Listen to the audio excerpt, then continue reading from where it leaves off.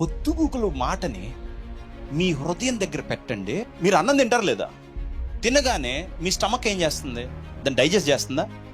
అలాగనే ఏదో ఒక కష్టం పడి మాటని మాత్రం మీ స్పిరిట్ ఎదుట పెట్టండి, మీకు జీవం ఇచ్చి తీరుతుంది. మీ స్పిరిట్ కున్న టెక్నాలజీ అది. దాని ముందు మాడబెడితే అది నీ జీవితాన్ని ఫలింపజేసిద్ది. అది దానికి ఉన్న విధానం అది. మీ హృదయానికి వాక్యం ఇచ్చారంటే పనిచేస్తుంది.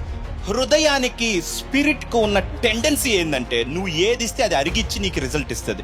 నువ్వు క్షీణించిపోతుంది ఎందుకంటే దాని ముందు నీ డౌట్లు, నీ ఫియర్స్, నీ బ్యాడ్ థింగ్స్ పెట్టావు, నెగటివ్ థింగ్స్. అందుకని అది దాన్నే కంప్యూట్ చేస్తుంది. మీకు అర్థం అవుతుందా?